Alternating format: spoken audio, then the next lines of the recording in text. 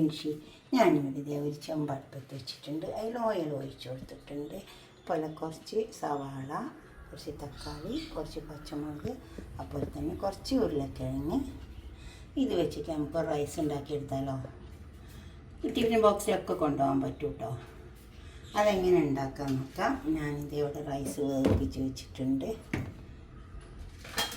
ഇനി എന്താ വേണ്ടത് വെച്ചാൽ ആ ഓയിലിലേക്ക് കുറച്ച് സവാള ഇട്ട് കൊടുക്കാം. സവാള നോക്കിയിട്ട് ഇനി ഉരുളക്കിഴങ്ങുണ്ടല്ലോ അത് ഇതിലേക്ക്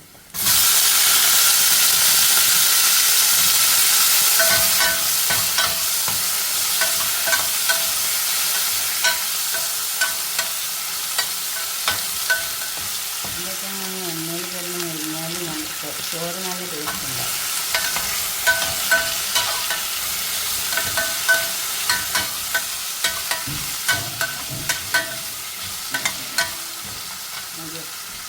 മുരിഞ്ഞ എണ്ണയിലേക്ക് തക്കാളി, പച്ചമുളക് അതായത് തന്നെ വേണ്ട.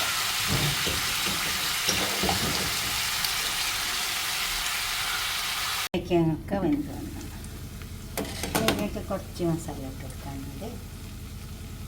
കുറച്ച് കാശ്മീരി മുളക്, പിന്നെ ഉപ്പ് ആവശ്യമുള്ള ഇട്ട് കൊടുത്താൽ ഒരു നുള്ളു മഞ്ഞൾ ഇട്ട് കൊടുക്കാം. അധികം ഒന്നും വേണ്ട, ഒരു നുള്ളു ഇട്ട് കൊടുത്താൽ മതി. നമുക്ക് ഈ കോഴിമുട്ട ഉണ്ടല്ലോ ആദ്യം കൂടെ ഒന്ന് പൊട്ടിച്ചെടുക്കും.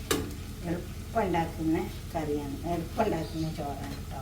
പെട്ടെന്ന് ഉണ്ടാക്കിയെടുത്തിട്ട് നമുക്ക് രാവിലെ എല്ലാം ഓഫീസിലൊക്കെ പോകുമ്പോഴും പിന്നെ കുട്ടികൾക്കും വെച്ച് കൊടുക്കാം. ടിഫിനിൽ വെച്ചിട്ട്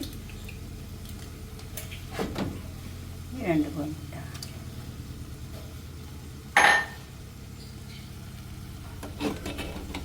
അതിനനുസരിച്ചിട്ടൊന്ന് ചേർത്ത് കൊടുക്കാം.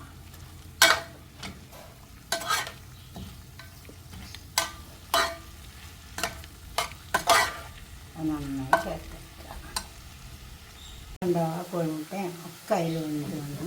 നമുക്ക് റൈസ് വേർപ്പിച്ച് വെച്ചത് അതതിൽ അത്രയും വന്നു. ഒന്നടുത്ത് ചേർത്തിട്ട് അടമുണ്ട് വെച്ച് കൊടുക്കാം.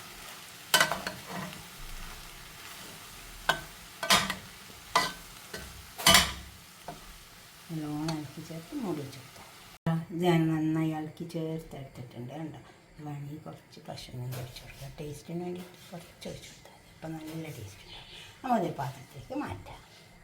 ചോറ് നമുക്കൊരു പാത്രത്തിലേക്ക് മാറ്റാം. ഇതുപോലെയൊക്കെ ഒന്ന് ഉണ്ടാക്കി വെക്കണേ.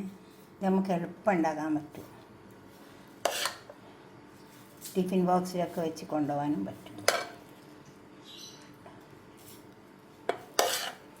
നിങ്ങൾ ഉണ്ടാക്കി നോക്കുക. എന്നിട്ട് നിങ്ങളുടെ അഭിപ്രായം നിർദ്ദേശമൊക്കെ കമൻറ്റ് ബോക്സിൽ അറിയിക്കുക. എപ്പോഴും പറയുന്ന പോലെ തന്നെ ലൈക്ക് ചെയ്യുക, ഷെയർ ചെയ്യുക, സബ്സ്ക്രൈബ് ചെയ്യാത്തവരൊക്കെ ചെയ്യുക. അടുത്തൊരു വീഡിയോ ആയിട്ട് നമുക്ക് പിന്നെ കാണാം. ബൈ.